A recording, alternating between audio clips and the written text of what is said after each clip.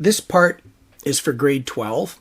It will help you out when you get to interference of waves, but it's not a priority at the exact moment. Start off by making a sine wave. Then we want to make sure it's converted to the unit axis instead of 2 pi because this is in radian mode. So we change this to 2 pi in front of the x. Now we have a circle that's completing itself. The sine wave is a circular function in the unit 1. Beautiful. It's too tall. So we stick a multiplier here. And we've brought the height down. Now we want it shoved up out of the way. So it's not on my x-axis, which just means adding something to it. So I'm going to add 1 plus. And it's moved it up a unit of 1. But it's still kind of close to the axis because the whole wave spans 1. So why don't let's shove it up another half, 1.5. There we go. It's nice and out of the way. I'm going to want another wave just like it. So I'm going to go here and duplicate. But I want to make a change to the second wave. I'm going to shove it up even further out of the way. 1.5 is the center of the wave here, so let's make it 2.5. And we should have our second wave displayed up here. There we go. But I want to shove the wave left and right. I want to be able to introduce a phase difference. And I did that with you in one of the activities. I suggested a phase difference, and you would use the letter rho, like this. Row, row, row your boat. And for some reason these days, it's not converting to Latin on me. I don't know why. It's leaving that as the word row. Or you can use phi. Hey, it knows phi. Okay? But I don't want to do that. What we're going to do is put in a multiplier of 2 pi. So we're going to take 2 pi and we are going to count it up. 1, 2, 3, 4, 5 kind of thing. So I'm going to put the letter n in front of it. And n is an index. It doesn't really matter what letter it is, but if you see, if I set n is equal to 0, there'll be no change in the wave. N is equal to 1, the wave will be 2 pi delayed on the one axis. So it's going to move it back and forth, okay? So I need to close my brackets here. Add a slider. If I move this back and forth, the wave shifts, okay? So let's say I go to n is equal to 0. The waves perfectly line up. If I change the slider so n is equal to 1, then the waves still line up because 1 on the n is exactly another wave, 2 pi over. If I slide to 1.5, the wave is now perfectly out of phase. These two waves should completely kill each other when they're added up. So n is 1.5 will cause the circle to delay itself by exactly 180 degrees out of phase. But every multiplier will do the same thing. By the time we get to n is equal to 2, the upper wave has been delayed by 2 entire cycles, but the wave is identical repetitive waves, so you can't tell whether it's 1 wave delayed, 2 waves, 3 waves, and it'll keep doing that for basically infinity. Okay, now we want to add these 2 waves up. We want to show the addition of the 2 waves, so the easiest thing to do is to duplicate that wave there, remove the offset completely so it lands on the x-axis there, and add this original wave here without that offset. Remember, the first digit is just shoving it up and down the axis. So I'm going to go in here and go plus, and that is the addition of the 2 waves you see above. And if we move the slider now, you can see what's happening here. I move the slider to exactly half a wave, and its crest meets trough, and the waves have killed each other. If I move this pointer to 1, the waves line up again. I can animate this. I'm going to pick a slow speed, nice and slow, and you can watch as this counter oscillates up, and it will go 1, 1.5, 2, 2.5. Those will be areas of perfect constructive interference and perfect destructive interference. In between, there's everything else. But we just want to look at the extreme, so let's run the animation. Still a bit fast to follow, so let's slow it down a bit.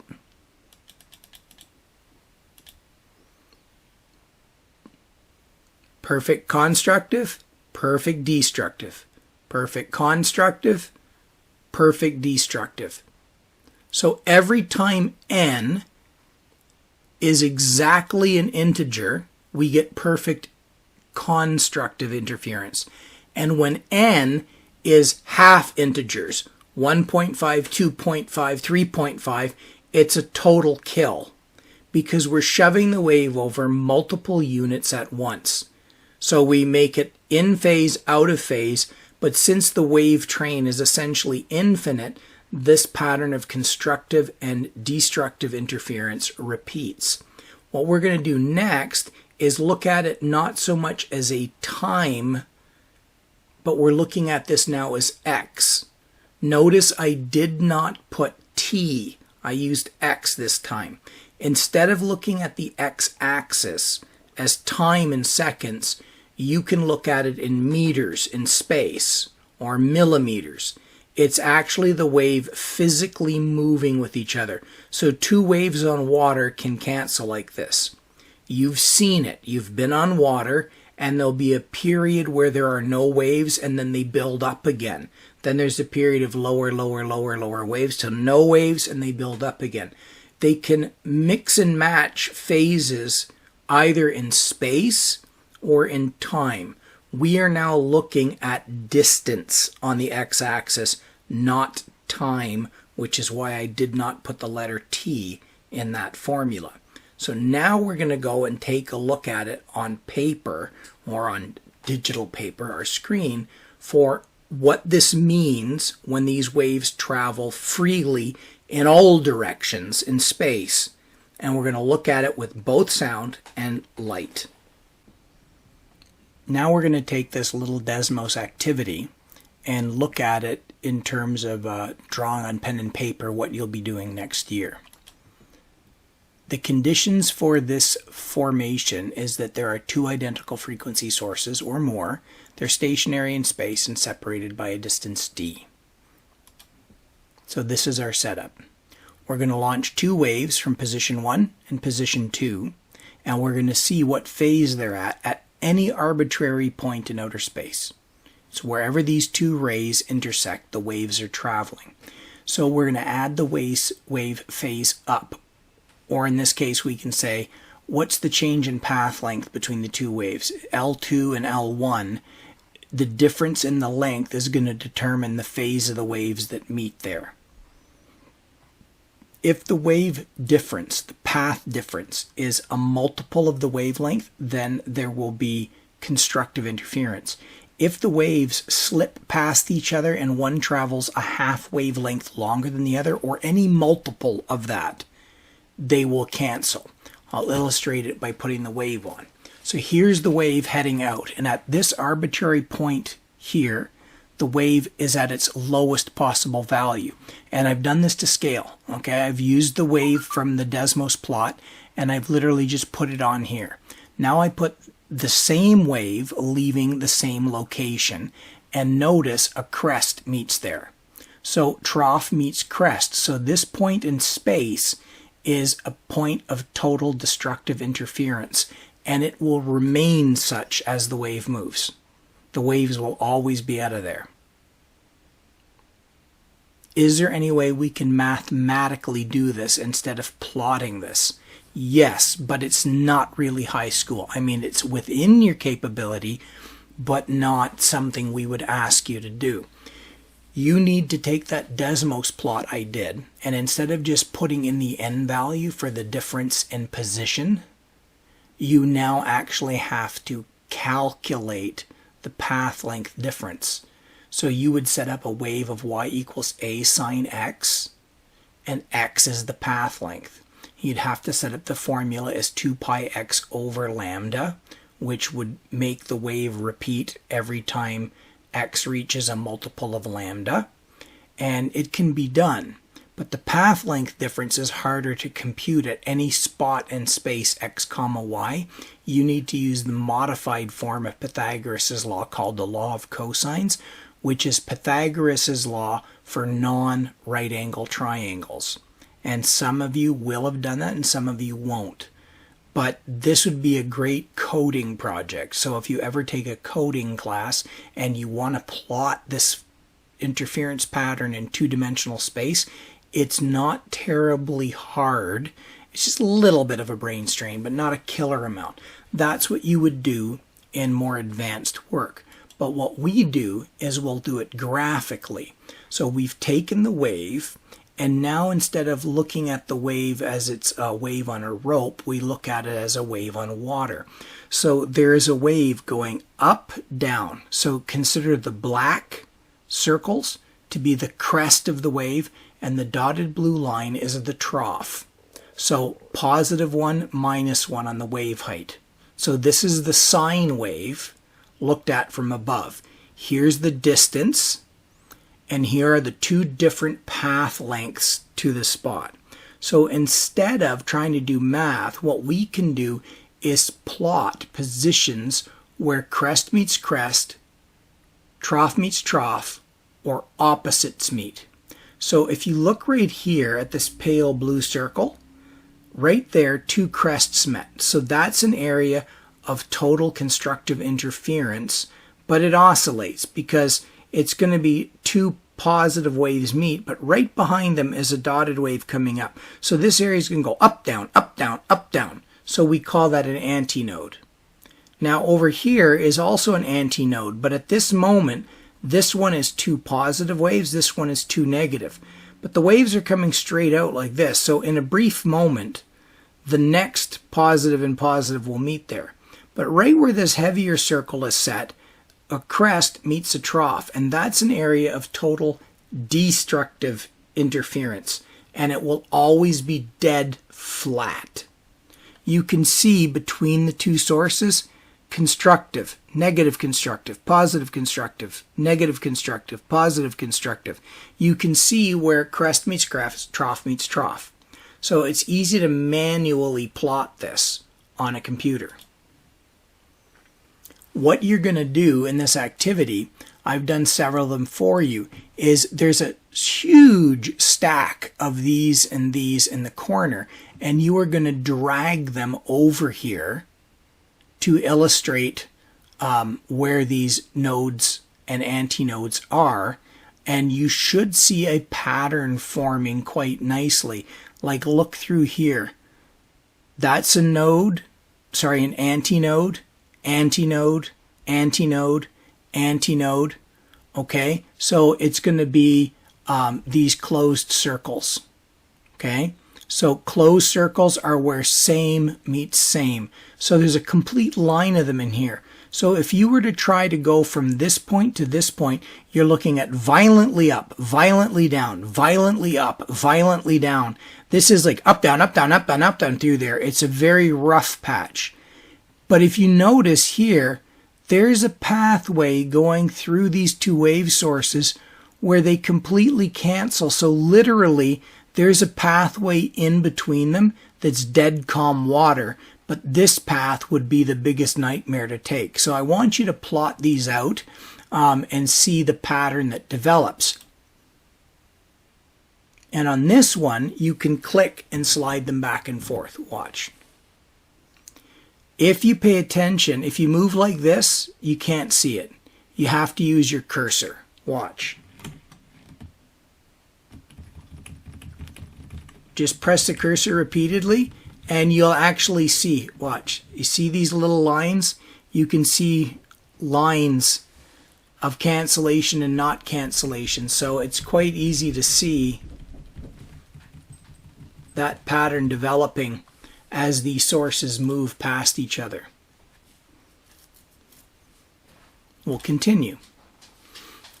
What if I were to take these sources and cast their reflection on a wall that was absorbent and would not reflect them back, then where you see two positives meet here, you would see on the wall painted a line of vibration. Right here along the wall, there's an area where crest meets trough of stillness. So you would project this pattern, this wall would intercept it, and you would get violent calm, violent calm, violent calm.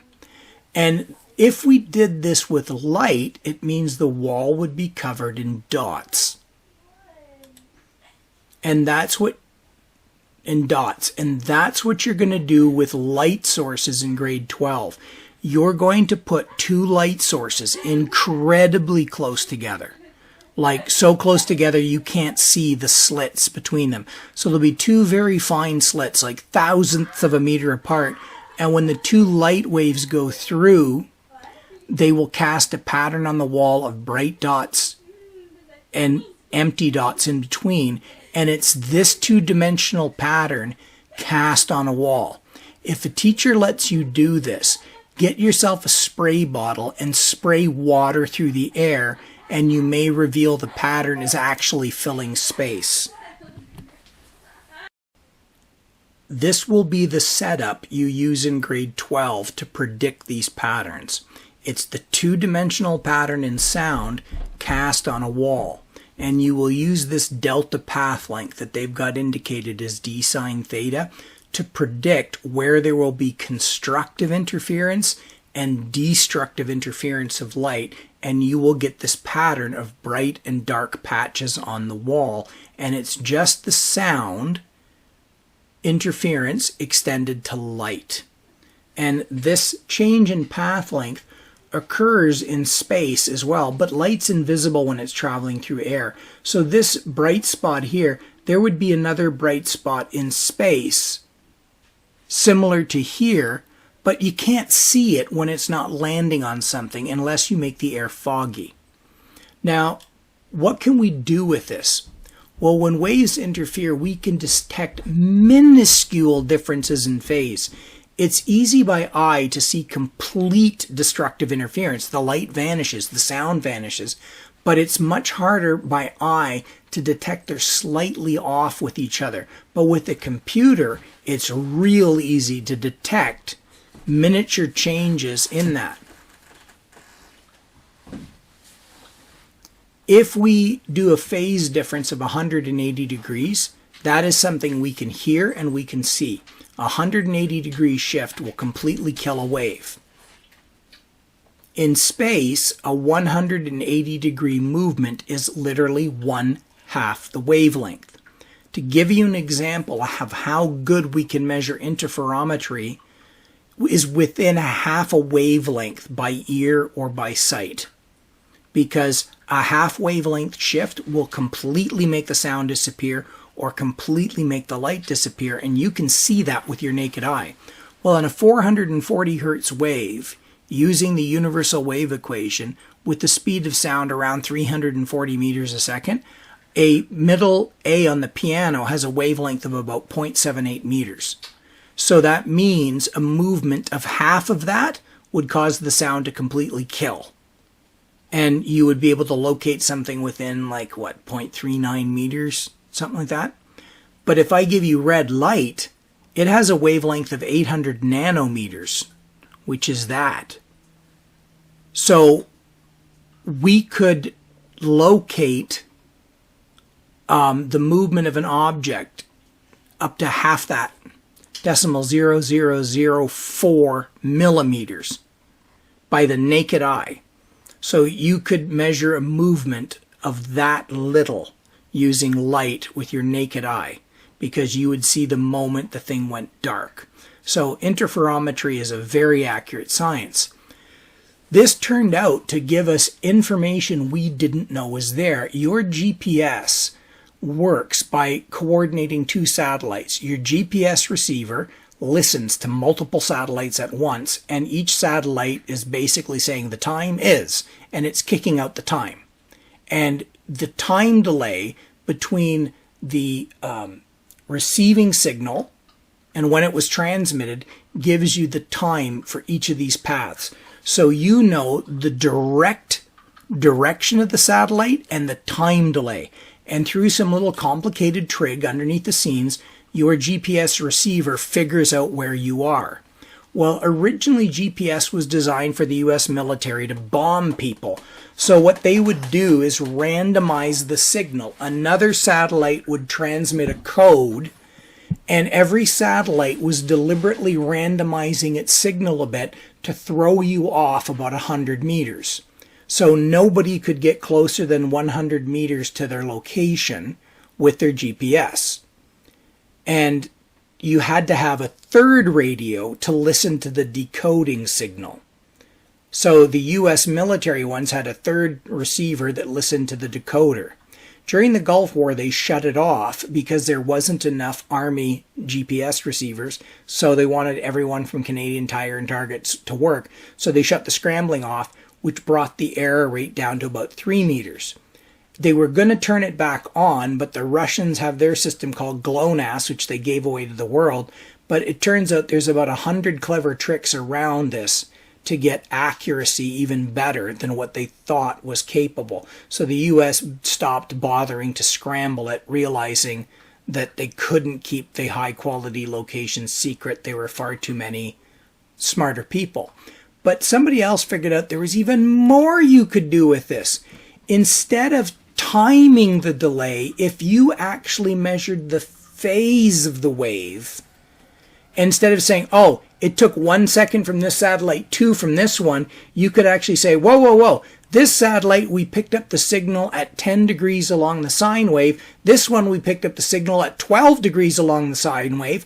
These two things are 12 degrees apart, say, on the sine wave. And you would be able to locate exactly to within like a fraction of a wavelength the difference between the two signals. So once again, all the computer needs to do is go, and the signal adds up to nothing. And the moment the signal adds up to nothing, you're a half a wavelength off. So half of 19 centimeters, it turns out with a little smarts, you can position yourself to less than 9 centimeters with a GPS. And even smarter people figured out to go down to millimeter precision. So it turns out if you actually pay attention to the position on the wave, the GPS is psychotically accurate. Accurate enough to position robots to do brain surgery on people from satellites positioned in space. So interferometry is a really important field that we use. The final part that you're going to go to is, if you've had me since grade 9, I always said whatever electrons are doing, they are not orbiting the atom. They are in what's called the standing wave. The electrons are a standing wave in circular form. So every orbit of an atom requires a complete standing wave. And this is why the orbits can't grow gradually. They're like a belt. If you undo your belt, you're forced to go to the next belt hole. If an atom wants the electron to move up an orbit, it must feed it an entire extra wave of circumference. So in chemistry and physics, you'll start looking at the wave nature of the electron, and that a whole number of waves must go around the circumference. And because of that, the orbits do not change gradually. They leap by a half a wavelength at a time. If you want to see a circular standing wave, get yourself a wine glass, fill it with water, and make the wine glass sing. Look at the water surface and you will see a circular standing wave following your finger. That's what electrons do in orbit. So the quantized orbits you study in chemistry first, they're jumping up by multiples of a wavelength. So a skipping rope on a string turned into a circle is what's really happening. And you study it in chemistry before you study it in physics. Just in physics, we'll look at why it's happening. In chemistry, you got to do your 1s, 2p, 3d, all that kind of stuff. So all of this is going to come together next. So that's why it's not really an assignment. It's something you can come back to help maybe clear yourself up. These are the wave natures of electrons plotted just for hydrogen. these are all the modes of vibration the electron can go into. So the electron has no location. It turns into like wobbly jello. It's a vibration of energy in space, and the electron ceases to have a position. It's just a wave, right? The whole thing is diffuse. And so the wave functions are actually really pretty. The math gets a little bit intense, but these same patterns can be made on water when a bug lands on water and it's flapping its wings. So the electron is actually a standing wave when it goes around the atom. And these are actual pictures of that the electron ceases to have a point location, but the electron just creates a standing wave pattern. And it can be effectively in many locations at once. Okay, I'd asked you to download Physics Toolbox Suite, and I want you to set the tone generator. Get this right. Oops. Set the tone generator on it to about 6,000 hertz. And you're going to play a 6,000 hertz wave, which is remarkably annoying. Turn it upside down so the speakers are up and do this. It works best if you're outdoors. And what you'll hear is wah, wah, wah, wah, wah, wah. As the two tones coming from there, you move yourself through a node and antinode. So right there, it's almost gone for me. And then it fades out again. There's a distinct quiet spot. Echoes in the room will mess it up, so it works best outside. But you can hear the total constructive and total destructive sound at that high frequency. Now at 5,877 hertz, it wouldn't take too long to figure out the distance between those two speakers where the nodes and antinodes are, but we're not going to do that. In school, you would have done it with a tuning fork. So if you've actually seen a true tuning fork in music class, you ring it and you rotate it and you'll hear the interference pattern around it. Okay, at this point, I've got my microphone here, and I'm going to play the tone and move it in and out to the microphone and show you the results on Audacity. So I'm going to play a much lower tone now, around 700 hertz.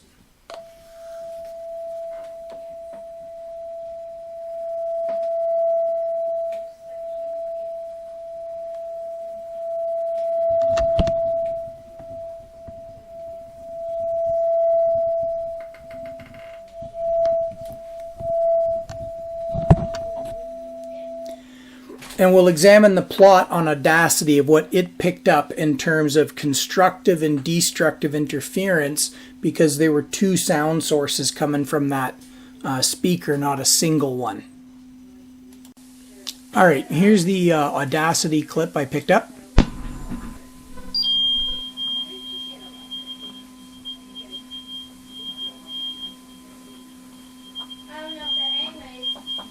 See what's going on here with the volume. Now is a lower frequency.